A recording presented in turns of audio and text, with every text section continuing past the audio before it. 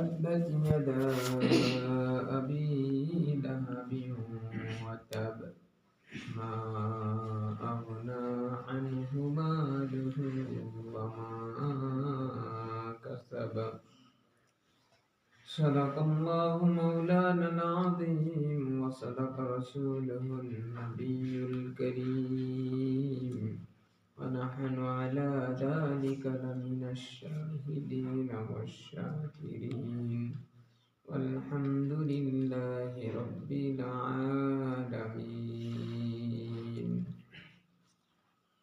আলহামদুলিল্লাহ সমস্ত প্রশংসা সেই রব্বে কারীমের দরবারে যে মহান রব্বুল আলামিন আল্লাহ তাআলা আমাকে সহ তোমাদেরকে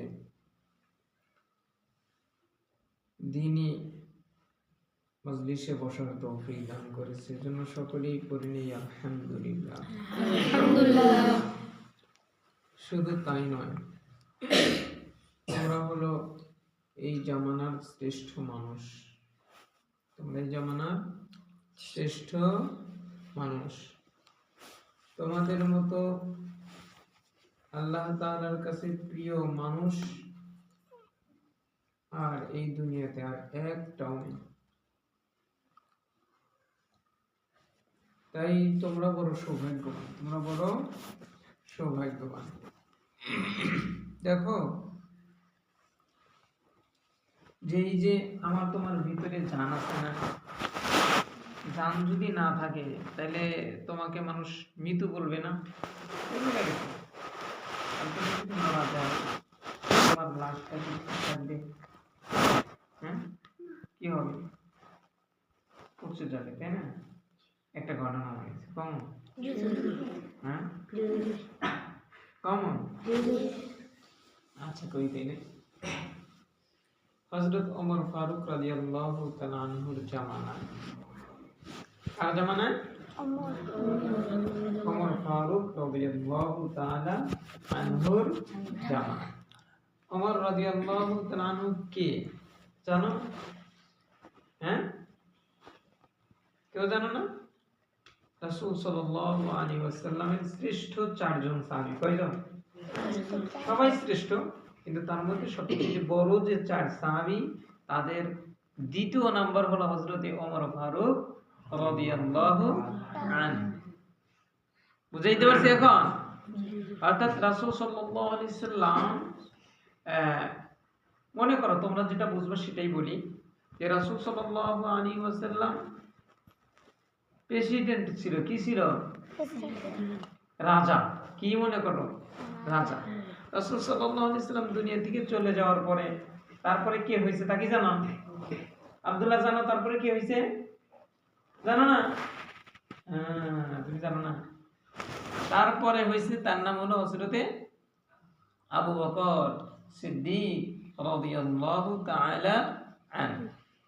আসতেছে। তারপরে কি হয়েছে? হযরত ওমর ফারুক রাদিয়াল্লাহু তাআলা আনহু। এই ওমর ফারুক রাদিয়াল্লাহু তাআলা আনহুর জামানায় কি করলো? একটা বাচ্চা, এই বাচ্চাটা মা মারা গেছে। কি মারা গেছে? মা মারা গেছে। যখন মা মারা গেছে তখন তার বাবা আরেকটা বিয়ে করছে। কি করছে? আরেকটা বিয়ে করছে। তো এখন এই যে এই সন্তানটা তার সৎ সন্তান না? হ্যাঁ, সৎ সন্তান চেনো? জানো? নাম শোনায়? সৎ সন্তান। কি করছে এই মহিলাটা? আবার মনে করো যে একটু জাওরা পত্তনের ছিল। কি ছিল? আব্দুল্লাহ দুষ্ট প্রকৃতির ছিল। কি ছিল? দুষ্ট প্রকৃতির। তো এই মহিলা তার যে আরো পুরুষ বন্ধু বান্ধব ছিল, এদেরকে বলছে এই বাচ্চাটাকে মেরে ফেলাও। কি করো? মেরে ফেলাও। ওই বাচ্চার যে বাবা, সে গেছে ব্যবসা করতে। কি করতে গেছে? ব্যবসা করতে গেছে। এদিকে এই মহিলা কি করছে? ওই পুরুষদেরকে নিয়ে এসে বাচ্চাটাকে মেরে ফেলাইছে।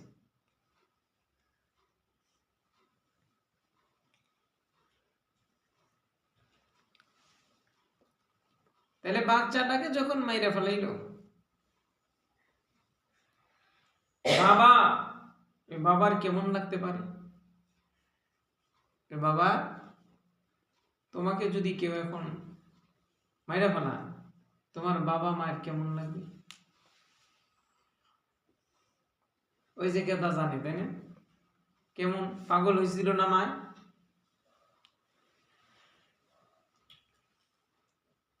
এখনো হয়তো ওই যে যেই সন্তানটা মারা গেছে, ওই সন্তানটার কাপড় দেখে দেখে কান্না করে মা, ঠিক না?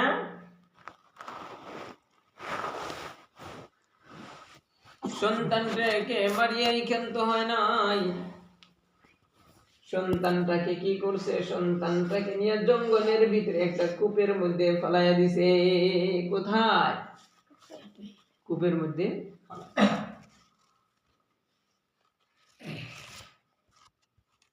ও আমার কলিজার টুকরারা, মনে করো এই যে আহমদুল্লাহ আর এই যে মোহাম্মদ সানি বসে আছে, মনে করো ওর যে ছোট ভাই, ওরাও তো এরকম বোঝে না, কিন্তু ওর ছোট ভাইকে যদি কেউ মারিয়া ফেলায়, তাহলে ওদের কেমনে লাগবে? খারাপ লাগবে না?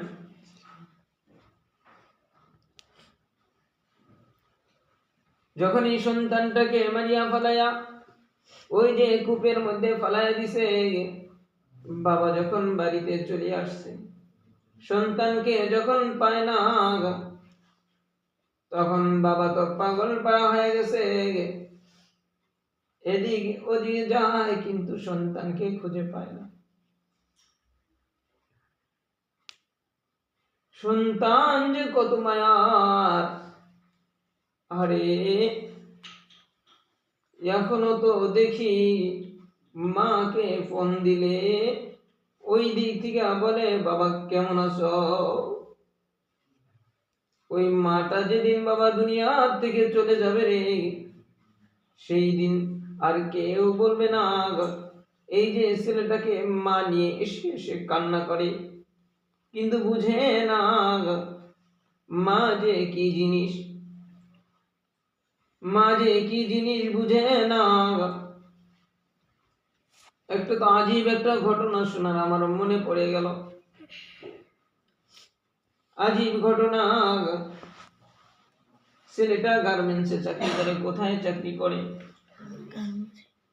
গার্মেন্টসে চাকরি করে। গরিব মানুষ, বিয়ে করে নাই। মা এই সন্তানকে বলছে, মা বাবা তুমি যখন এবার বাসায় আসবা, আমার জন্য 2টা কাপড় নিয়ে আসবা। কি নিয়ে আসবা? 2টা কাপড় নিয়ে আসবা। আর তোমার ছোট বোনের জন্য কাপড় নিয়ে আসিও। ছেলেটা যখন গার্মেন্টসে ঈদের ছুটির ভিতরে গার্মেন্টসের ভেতর তুলছে, তোলার পরে মার্কেটে চলে গেছে। মায়ের জন্য 2টা কাপড় কিনছে, বোনের জন্য কাপড় কিনছে। কাপড় কেনার পরে মাকে ফোন দেওয়া জানিয়েছে, মা তোমার জন্য 2টা কাপড় কিনছি, তোমার জন্য 2টা কাপড় কিনছি, বোনের জন্যও কিনছি।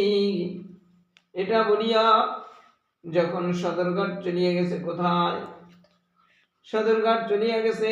নাম শুনছো সদরঘাটে? হ্যাঁ, ঢাকায় লঞ্চের ঘাট, লঞ্চ ঘাট, বুড়িগঙ্গা নদীর পারে সদরঘাট গেছে। ছেলেটা লঞ্চে উঠছে। কোথায় যাবে? শরীয়তপুর। কোথায় যাবে? শরীয়তপুর যাবে। বাবারে লঞ্চে উঠছে, ওঠার পরে ইঞ্জিনের কাছে তার সিট পড়ছে। কোথায় পড়ছে?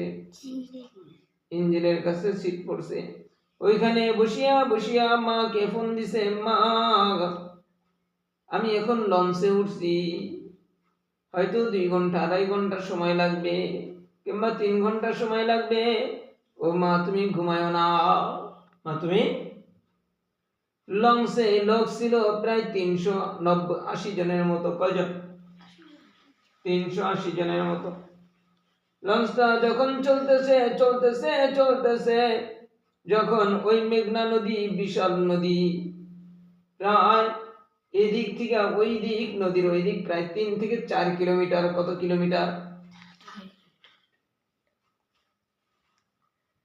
শুধু পানি আর পানি। হঠাৎ করে রাত্রের অন্ধকারে ঝড় তুফান শুরু হয়ে গেছে। কি শুরু হয়েছে?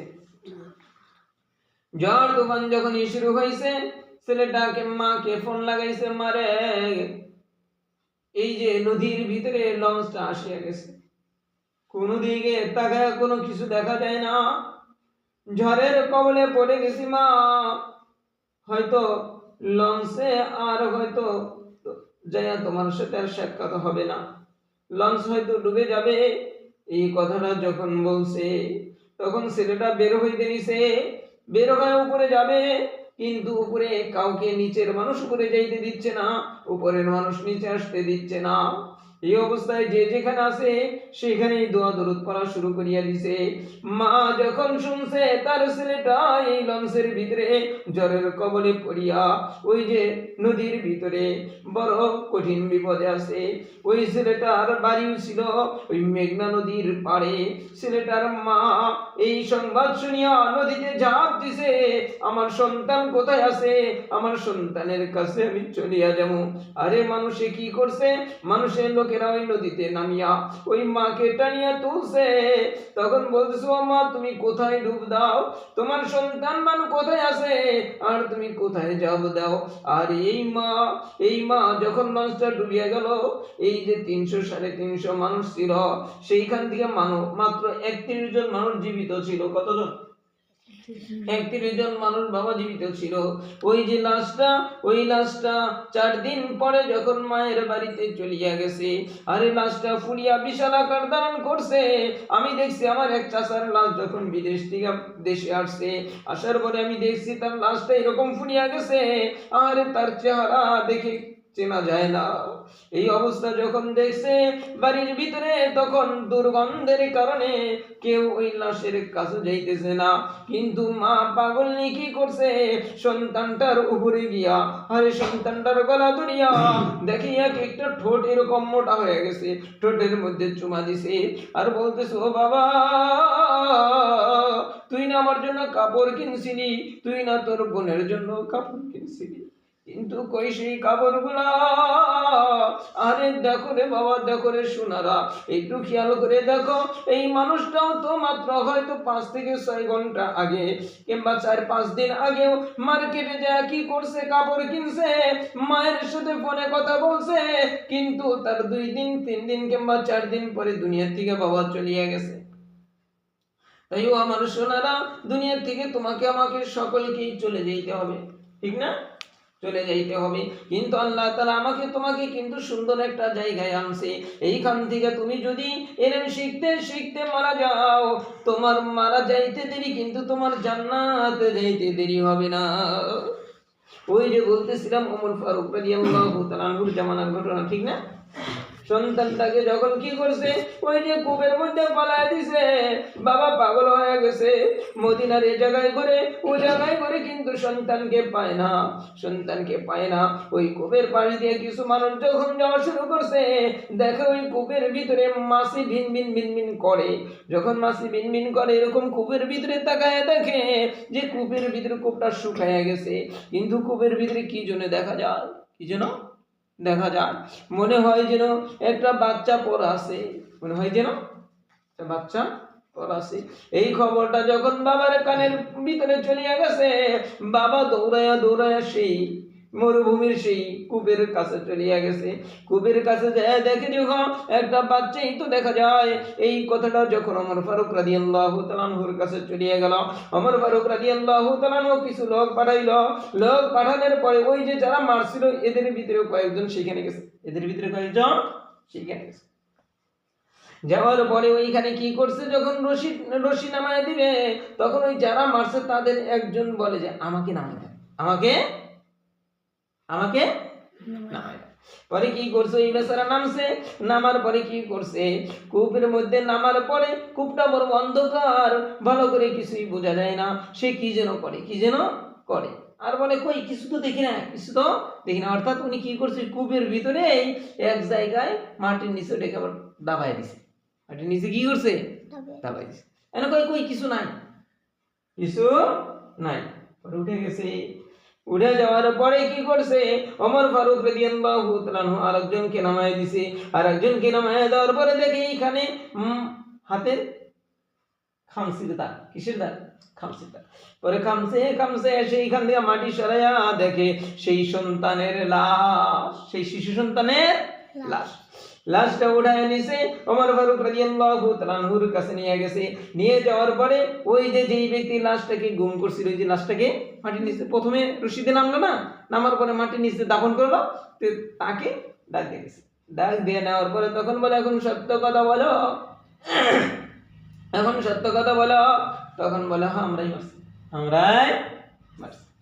কেরা কেরা, আমরা এই 5-6 জন, কয়জন, 5-6 জন। হুকুম জারি করিয়া দিও, এই 5-6 জন কি তোমরা কি করো, কতল করিয়া ফেলাও। 5-6 জন কি, শুধু তাই না, শুধু তাই না, ওমর ফারুক রাদিয়াল্লাহু তাআলা আনহু বলে এই শিশু সন্তানটাকে যেই ব্যক্তি হত্যা করছে, এই হত্যার সাথে যদি একটা দেশের সমস্ত মানুষ যদি জড়িত থাকতো, ওই সমস্ত মানুষকেই আমি ফাঁসিতে ঝুলাইয়া দিতাম।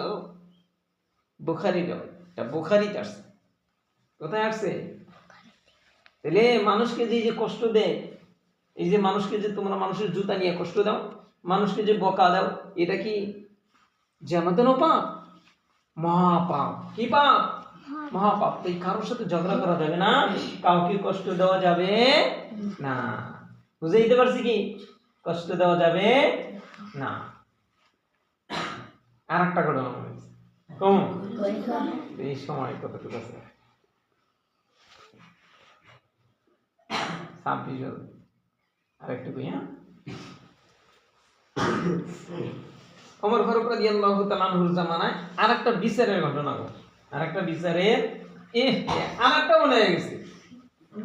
সুলাইমান আলাইহিস সালাতু ওয়াস সালামের জামানায় পাখির বিচার দায়েরের ঘটনা মনে হয়ে গেছে। এটা কেমন, আল্লাহু আকবার বলো সকলে, আল্লাহু আকবার, আল্লাহু আকবার, আল্লাহু আকবার, আল্লাহু আকবার। এটা পাখির বিচারের ঘটনা আগে কই, হ্যাঁ।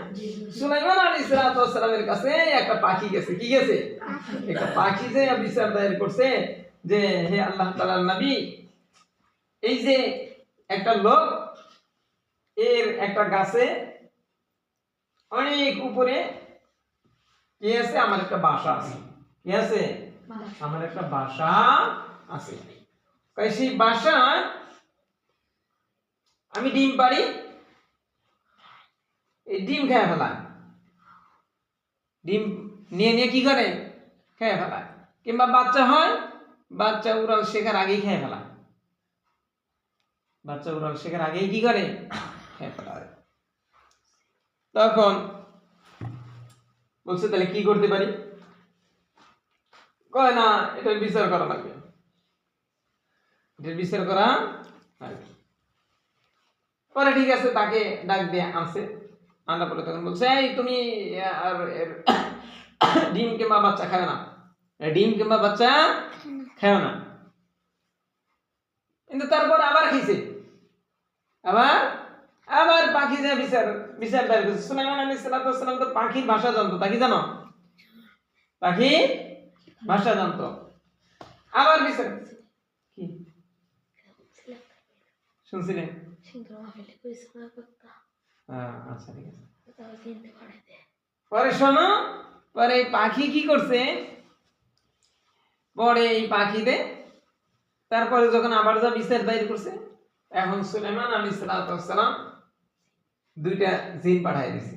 কি পাঠায় দিছে, কইও যখনই বাসা থেকে পাখির বাচ্চা কিংবা ডিম পাড়তে দিব, ধাক্কা দিয়ে ফেলাই দিবি, ধাক্কা দিয়ে কি করবি, ফেলাই দিবি। তাই যে বেশি গাছে উঠে উঠে এই যে পাখির ডিম পাড়ার চেষ্টা করিও না, তুমি পারো না তো, তুমি তো খুঁজো,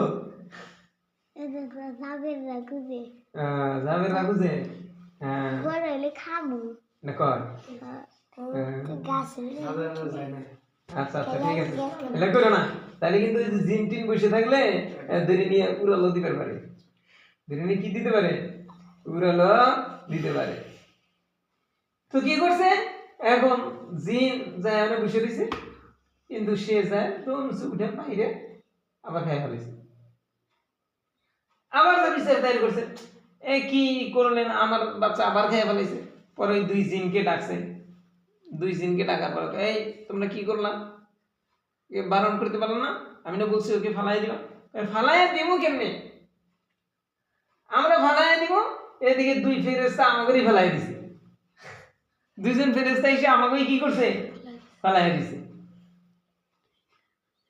দুইজন ফেরেশতা এসে আমাকে কি করছে ফালাই দিছে এটা কেমনে হইলো পরে তাকে ডাকছে ডাকার পরে বলে এই এটা কেমনে হইলো তুমি কি আমল করছো আমি আমল করছি হলো আমি যখন ঘর থেকে বের হই তখন দেখি এক ভিক্ষুক কি ভিক্ষুক ওই ভিক্ষুককে কি করছে আমি দান করছি আমি দুটো রুটি কিংবা এরকম কিছু দান করছি এরকম কিছু কি করছি দান করছি হতে পারে এই দানের কারণে তখন সুলাইমান আলাইহিস সালাম বলে হ্যাঁ তোমার এই দানের কারণেই আল্লাহ তাআলা তোমাকে বাঁচায়া দিয়েছে এটা সুলাইমান আলাইহিস সালামের পাখির বিচার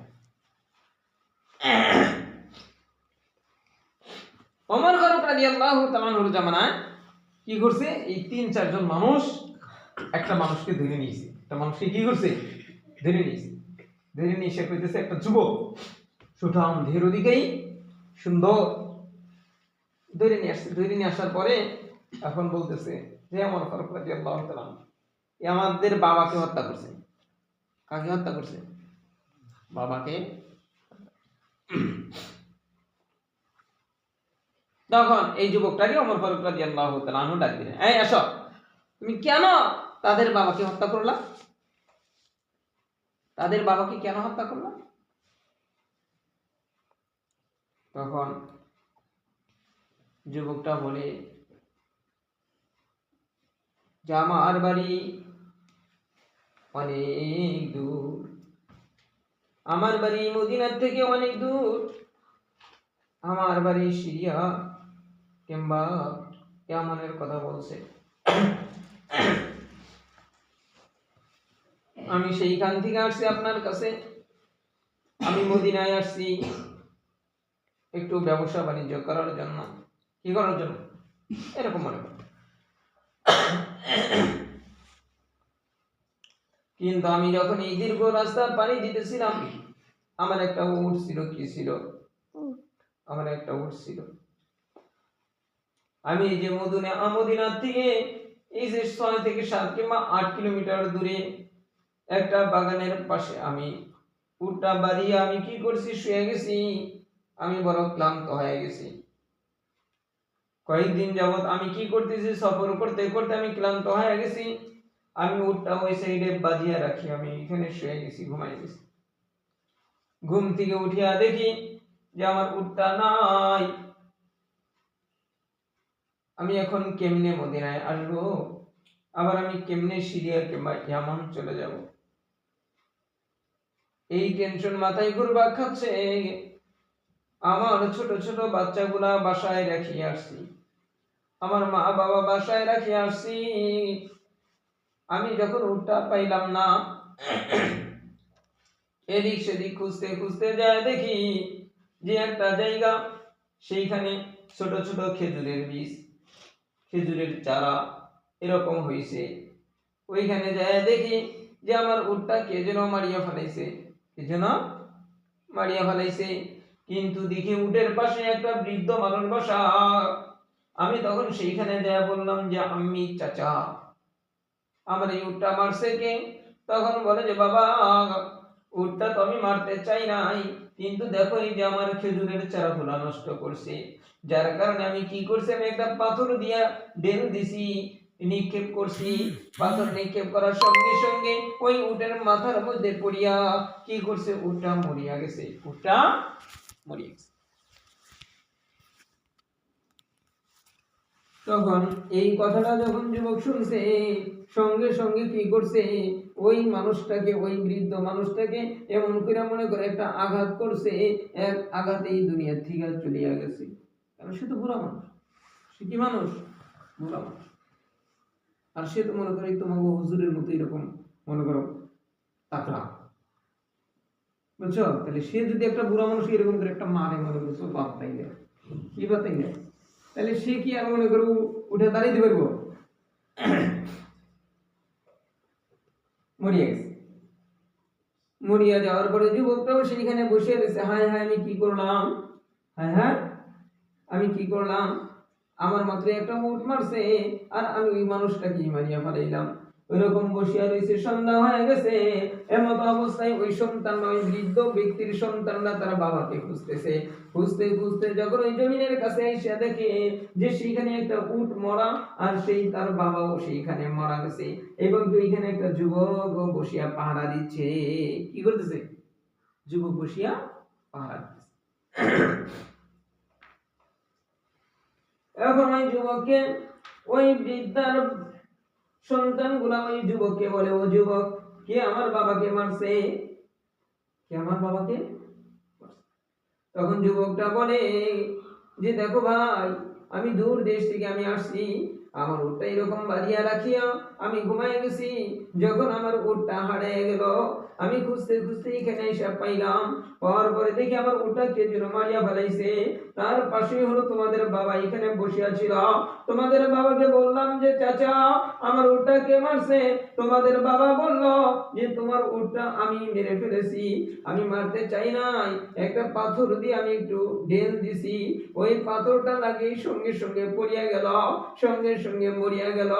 তোমার বাবা আমার কাছে মা পৌঁছাইছিল, কিন্তু আমার মাথায় রাগটা উঠিয়া যাওয়ার কারণে আমি আর সহ্য করতে পারি নাই, আমি এমন একটা ঘুষি মারছি যে সঙ্গে সঙ্গে তোমার বাবা মরিয়া গেছে।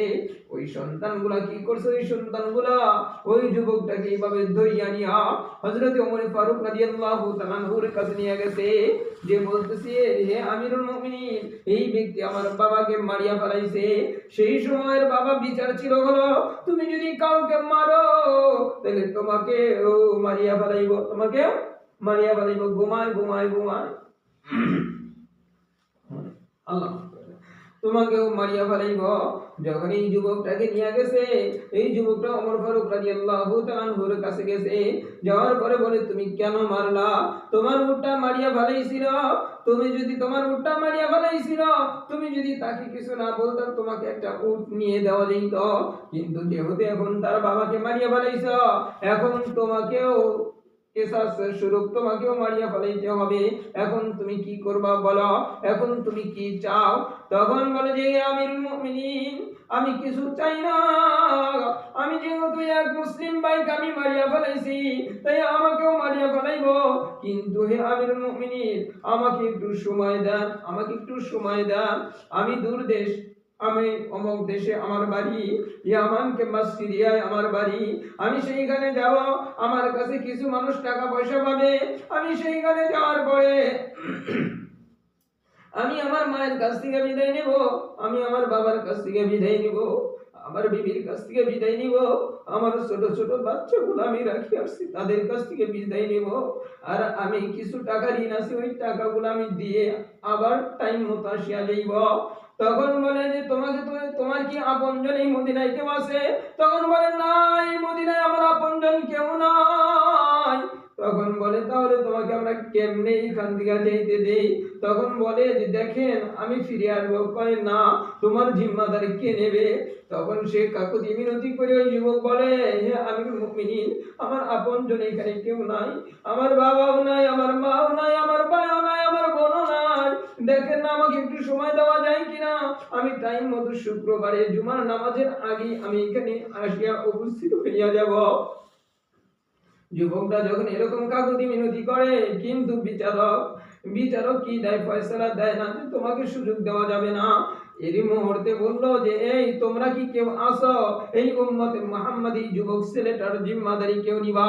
তখন দাঁড়ায় গেল রাসূল কারীম সাল্লাল্লাহু আলাইহি ওয়াসাল্লামের কলিজার টুকরা সাহাবী আবু যর গিফারি রাদিয়াল্লাহু তাআলা দাঁড়ায় গেল।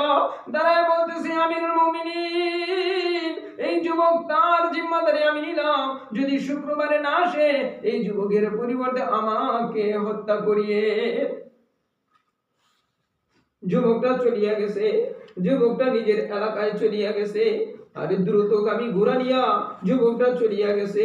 সেইখানে যাওয়ার পরে মার কাছে বিদায় নিছে। মা, তুমি তো আমাকে কত কষ্ট করিয়া লালন পালন করেছো রে মা, তুমি আর কোনো কিছু না খায়া তুমি আমাকে খাওয়াইছো, তুমি কত কষ্ট করে লালন পালন করছো। কিন্তু মারে, আমি ওই মদিনায় যাওয়ার পথে একটা বৃদ্ধ মানুষকে হত্যা করেছি, একটা বৃদ্ধ মানুষকে হত্যা করেছি, যার কারণে আমাকেও হত্যা করবে, আমাকেও কতল করবে। ইসলামের এটাই হলো নিয়ম। ও মা, তুমি আমাকে বিদায় দিয়ে দাও। বাবার কাছ থেকেও বিদায় নিছে। যখন বিবির কাছে চলিয়া গেছে, বিবি রে, আমি তো একটা মানুষকে হত্যা করেছি, তাই আমাকেও কেসাস স্বরূপ আমাকেও হত্যা করবে। তাই বিবিরা, আর হয়তো কোনোদিন তোমার সাথে দেখা হবে না, তোমার সাথে আর হয়তো আর কোনোদিন দেখা হবে না, তাই তুমি আমাকে মাফ করিয়া দিও। আরে ছোট ছোট বাচ্চাগুলা বাবাকে জড়ায় ধরিয়া কাঁদতেছে, আর কোনোদিন হয়তো বাবার সাথে দেখা হবে না। আরে ওই সন্তানগুলা কোলে উঠিয়া বাবাকে চুমা দেয়, বাবাও সন্তানগুলাকে চুমা দেয়। আর কিছু অর্থ সম্পদ বিবিকে, মাকে, বাবাকে বলিয়া সে, ও মা, ও বাবা, আমার কাছে অমুক এত টাকা পাবে, আমার কাছে অমুক এত দিনার পাবে, আমার কাছে অমুক এত দিরহাম পাবে, এইগুলা বলিয়া আরে ঘর থেকে যখন বার হয়, আরে শুক্রবার দিন, সেই দিন বড় সকালবেলা ভোরে তখন বের হয়েছে। আর বের হইয়াই কি করছে, বের হইয়া আসতে আসতে আসতে আসতে এদিকে জুমার নামাজের সময় শেষ হইয়া গেছে। জুমার নামাজ যখন শেষ হইয়া গেছে, আরে ওই যে বিচারের কার্যালয় যখন কায়েম হয়ে গেছে, এখন আরে হাজার হাজার না লাখ লাখ মানুষ সমাগম হয়ে গেছে যে সেইখানে একটা যুবককে কতল করা হবে। আরে জুমার নামাজের আগেই তো যুবকের আসার কথা ছিল, কিন্তু ও বাবা জুমার নামাজের আগে আসতে পারে নাই। আরে ওদিকে আবু যর গিফারি রাদিয়াল্লাহু তাআলা বাড়িতে চলে গেছে। বাড়িতে যাওয়ার পরে বলে, আমি তো আমার এক মুসলিম ভাইয়ের জন্য আমি জিম্মাদারি নিয়েছিলাম, ওই ভাই আসে নাই, জুমার নামাজের পরেই তো আমাকে কতল করিয়া দিবে।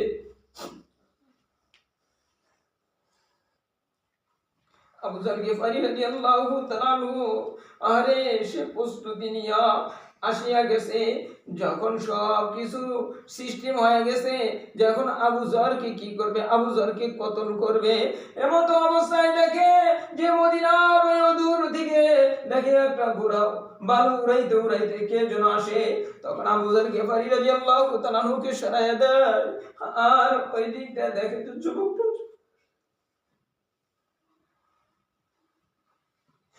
যুবকটা আসে ওমর ফারুক রাদিয়াল্লাহু তাআলার কাছে বলে যে, হে আমিরুল মুমিনিন, আমি জুমার নামাজের আগে আসতাম,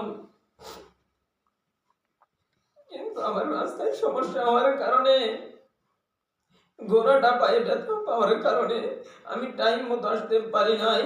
আর ওদিকে মায়ের কাছ থেকে বিদায় নিছি, বাবার কাছ থেকে বিদায় নিছি, বিবির কাছ থেকে বিদায় নিছি।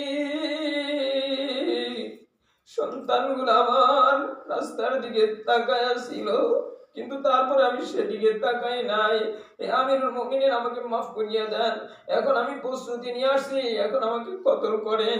এই অবস্থা দেখিয়া ওই যে যার বাবাকে হত্যা করছিল সেই সন্তানগুলা কি করছে, তাড়াতাড়ি করিয়া যাইয়া তাকে জড়াইয়া ধরিয়া বলতেছে, ভাই, তোমার মতো একজন রাসূল সাল্লাল্লাহু আলাইহি সাল্লামের খাঁটি উম্মতকে আমরা হত্যা করতে দেব না, তুমি আজকে আমাদের ভাই হইয়া গেলা। ওরে আমার সোনার মানুষরা, ওরে আমার কলিজার টুকরারা, আরে দেখো ইসলাম কত সুন্দর, সেই ইসলাম শেখার জন্য তোমরা মাদ্রাসায় আসছো, তাই তোমরা গুনাহ করিও না, গুনাহ করিও না। তোমরা যদি আল্লাহওয়ালা হইতে পারো, তোমরা যদি আল্লাহর ওলি হইতে পারো রে বাবা, দুনিয়াতেও দেখবা তোমার সুখ শান্তির কোনো সীমারেখা থাকবে না, আবার আখিরাতেও কোনো সুখ শান্তির সীমারেখা থাকবে না। ও বাবা, দুনিয়া থেকে তোমাকে চলে যেতেই হবে। ওই যে ফিলিস্তিনের জমিনে দেখছি এরকম ছোট ছোট বাচ্চা, দুইটা বাচ্চা তার বাবার কবরের পাশে পুড়ে যাইয়া সেই কবরটা খামসাইতেছে আর বলতেছে, বাবা বাবা বাবা। আরে সোনারে, মায়ের সাথে কোনোদিন বেদবি করিও না, বাবার সাথে বেদবি করিও না, বাড়িতে যাইয়া বাবা মার সাথে দুর্ব্যবহার করিও না। যেদিনকে বাবা মা চলিয়া যাবে দেখবা কেউ ডাক দিবে না,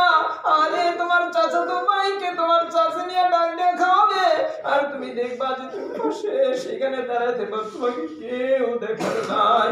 আরে তোমার পাশেই দেখবা তোমার চাচাতো ভাই এদেরকে সুন্দর সুন্দর পিঠে বানায় খাওয়াইতেছে মা। কিন্তু তোমার মাটা যেদিন কবরে চলিয়া যাবে রে বাবা, সেই দিন বুঝবা যে তোমাকে কেউ পিঠা বানায় আর দিবে না।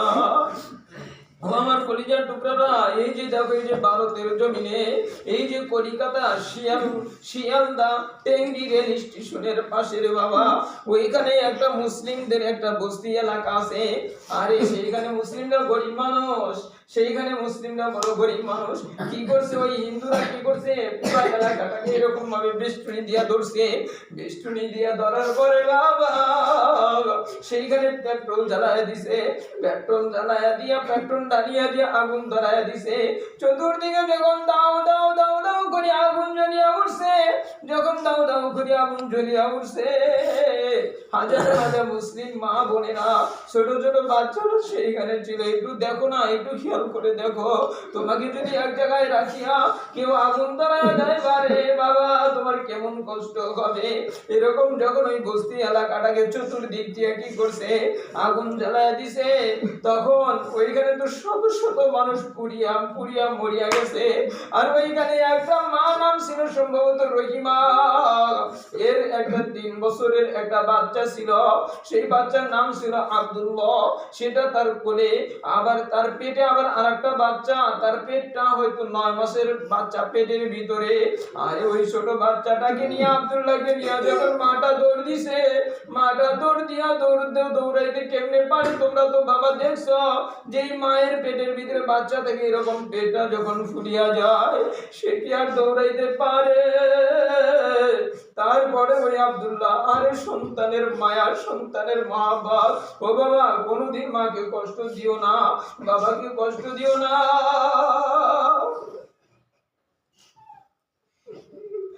মা বাবাকে কোনোদিন কষ্ট দিও না। মা বাবা যে কি জিনিস, ওই যে ঢাকার বুকে আমি আমার এক হযরতের মুখে শুনছি, ছেলেটা মাদ্রাসায় পড়ে, ছেলেটা মাদ্রাসায় পড়ে, আরে বাপটা দুনিয়া থেকে চলিয়া গেছে, মাটা গরিব মানুষ, মানুষের বাড়িতে বাড়িতে কাজ করিয়া খায়। আর ছেলেটা ওই মাদ্রাসায় পড়ে, ছেলেটার বয়স মনে করা হয়তো 17-18 বছর বয়স হবে। ওই একটা মাত্রই ছেলে, ওই ছেলেটা বাবারে কি করছে জানানি, হুজুর এক জায়গায় থেকে মাহফিল করিয়া যখন ওই গেট দিয়ে ঢুকতেছিল, দেখে যে ওই ছেলেটা রাত্রিবেলা এই 2:30-3টার সময় কি করছে, 2:30-3টার সময় মাদ্রাসার গেট দিয়া ঢুকিয়া গেছে। গেট দিয়া ঢুকিয়া যাওয়ার পরে হুজুর কি করছে, ওকে কলার ধরছে, এই তুই কই গেছিলি? হুজুর মনে করছে কোনো খারাপ কাজ করার জন্য গেছিল, কলারটা ধরিয়া হুজুরের রুমে নিয়ে গেছে। রুমে নিয়ে যাওয়ার পরে বলছে বাবা তুই এটা কি করলি, কই গেছিলি? তখন ছেলেটা কান্দে আর বলে যে হুজুর আমার বাবা নাই, আমার মাটা মানুষের বাড়িতে কাজ করে, কিন্তু আজকে কয়েকদিন যাবত মা আমি শুনেছি ফোনে মা মানুষের বাড়িতে কাজ করতে যাইতে পারে না, অসুস্থ। আজকে দিনের বেলায় তো মাদ্রাসায় ক্লাস করছি, রাত্র যখন 10টা বাজিয়ে গেছে, তখন আমি রিক্সার গ্যারেজে চলে গেছি। সেখান থেকে একটা রিক্সা ভাড়া নিয়েছি, ভাড়া নিয়ে এই রাত এই যে 1টা-1:30টা পর্যন্ত আমি রিক্সা চালাই 500-700 টাকা কামাই করছি।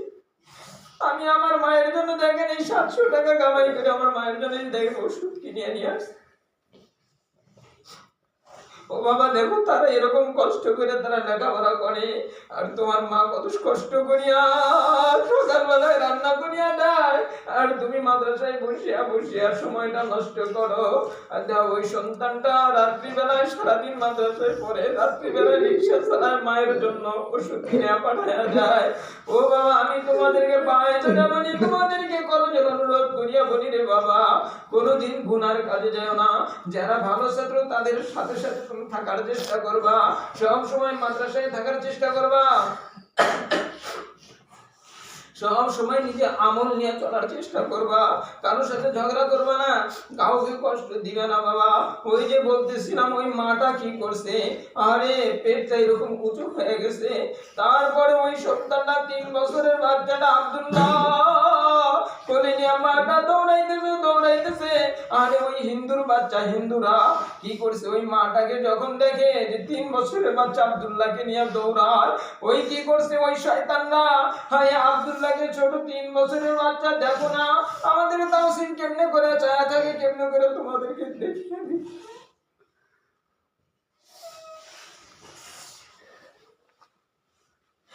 ওই আব্দুল্লাহকে নিয়ে যখন মা দৌড়াইছে, ওই হিন্দুরা কি করছে, ব্যারিকেড দিয়ে ধরছে, দৌড়িয়া ওই আব্দুল্লাহকে কোল থেকে টানিয়ে নিছে।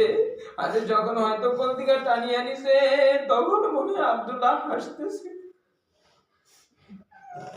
নেওয়ার পরে বাবা কি করতে জানোনি, কয় তারপরে নিয়া, আরে আমাদের এক হযরত নূর হোসেন নুরানী সাহেব হুজুরের মুখে আমি শুনছিলাম, উনি বলে যে আমি দেখে আসছি কি করছে, ওই সন্তানটাকে 2টা পা দিয়ে এরকম টান দিয়ে ছিঁড়ে ফেলাইয়া দিছে।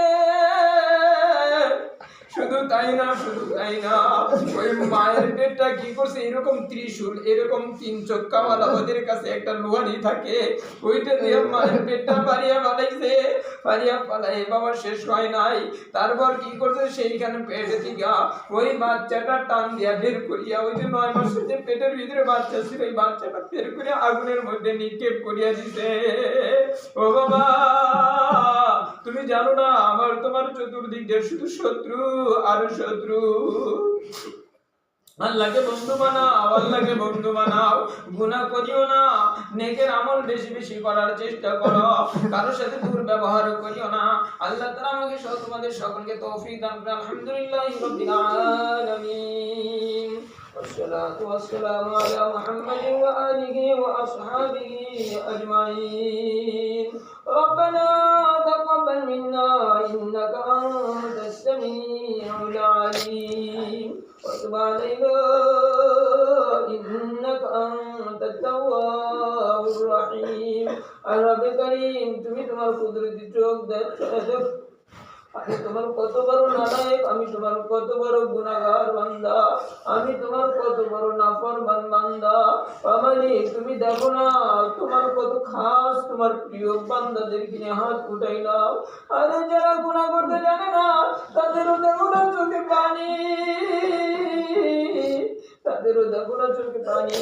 আর রব্বে কারীম আমি তোমার কুদরতি পা ধরিয়া বলি রে মালিক, আল্লাহ জিন্দেগিতে যত গুনাহ করছি মালিক, তওবা করছি রে মালিক, তুমি মাফ করিয়া দাও। আমারে তুমি যদি মাফ না করো, কে আমাদেরকে মাফ করবে মালিক? কে মাফ করবে? কেউ তো নাই। ঘুরিয়া ফিরিয়া তো মালিক শুধুই তোমার দুয়ার। আর রব্বে কারীম তুমি মাফ করিয়া আমাদের সকলকে তুমি বলিয়া দাও না মালিক। আমি তোমার কুদরতি পা ধরিয়া বলি, আমারই তুমি ফিরাইয়া দিও না, আমারই তুমি ফিরাইয়া দিও না। তুমি দেখো না আরে তোমার কত প্রিয় বান্দারা চোখের পানি ফলায় ফলায় কান্দে। আমারই আল্লাহ তুমি আমাদের সকলের দোয়াকে কবুল করিয়া নাও। আর রব্বে কারীম আমাদের আপনজন যারা অন্ধকার কবরে চলিয়া গেছে মালিক, তাদেরকে মাফ করিয়া দেন।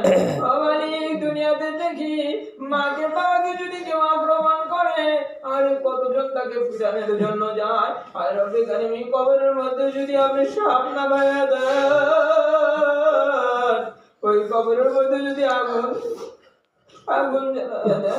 রব্বে কারীম একটা মশার কামড় সহ্য হয় না, একটা বিবিলিকার কামড় সহ্য হয় না। আর রব্বে কারীম কেমনে করিয়া সেখানে আগুনের জল ভরে মারি। আর রব্বে কারীম তুমি মাফ করিয়া দাও। আল্লাহ তুমি আমাদের সকলকে বলি আল্লাহ বানিয়ে দাও। আল্লাহ আমাদের উস্তাদদেরকে মাফ করিয়া মাওলার সর্বোচ্চ স্তর বিনায়তের স্তর নসিব করো। আমার হযরত ওয়ালাকে আমার শাইখকে মালিক দুনিয়ার জান্নাতের সবচেয়ে বড় কুতুব হিসেবে কবুল করো।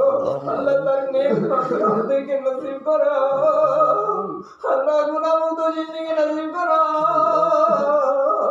আল্লাহ আমাদের সন্তানদেরকে ভালো তুমি জামানার পুতুল হিসেবে কবুল করো আল্লাহ আমাদের কলিজার টুকরো সকলকে ভালো তুমি বলি আল্লাহ বানায়া নাও আল্লাহ আমাদেরকে আল্লাহ গুনাহমুক্ত জিন্দেগি নসিব ফরমাও আল্লাহ আমাদের বাবা মা যেন কালকে আমাদের ময়দানে তোমার নূরের সিংহাসনে বসতে পারে সেই কবুলিয়া তুমি সকলকে নসিব ফরমাও আর আমি গরিব কত কষ্ট করে টাকা পয়সা দিয়া কত কষ্ট করিয়া রান্না বান্না করিয়া সন্তানগুলোর জন্য খাবার দাও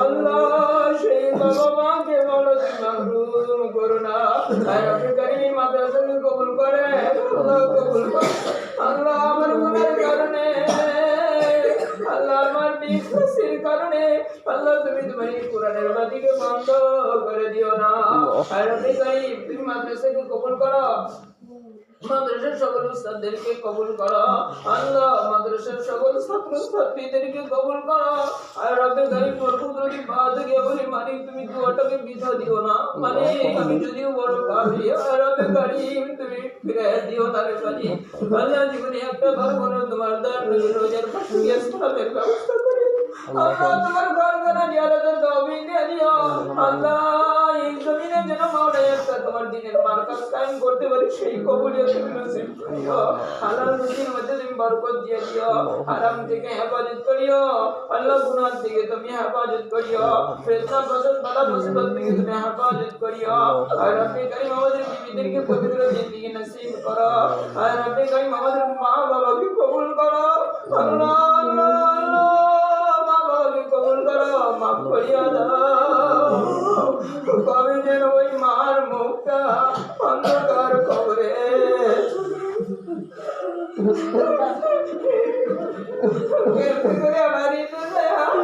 কে রান্না করিয়া বাবা মাকে তুমি মাফ করিয়া দাও বাবাকে মাফ করিয়া দাও আল্লাহ মা বাবাকে মারা সর্বোচ্চ স্তর তুমি নসিব করো আল্লাহ তুমি সর্বোচ্চ স্তর নসিব করো আল্লাহ তুমি মাফ করে দিও না আল্লাহ আমাদের পরিবার টুকরা দেখে আল্লাহ তুমি কবুল করো আল্লাহ আমার তিনটা সন্তান আমাদের সকলকে তুমি মাওলা মাফ করিয়া কবুল করে নাও জামানার ওলি আল্লাহ হিসেবে কবুল করো আল্লাহ সর্বোপরি ফিলিস্তিনের জমিনকে মালিক তুমি হেফাজত করো আল্লাহ পবিত্র ভূমিকে আমাদের দিয়ে দাও আমাদের কত প্রিয় ভাই বোনেদের কি অবস্থা মালিক আল্লাহ তুমি হেফাজত করো মুজাহিদদেরকে মালিক তুমি গায়েবী সাহায্য করো আল্লাহ ওই কাফেরদেরকে তুমি ধ্বংস করিয়া দাও সাল্লাল্লাহু তাআলা আলা খাইরি খালকিহি মুহাম্মাদ ওয়া আলিহি ওয়া আসহাবিহি আজমাইন آمين آمين برحمتك يا أرحم الراحمين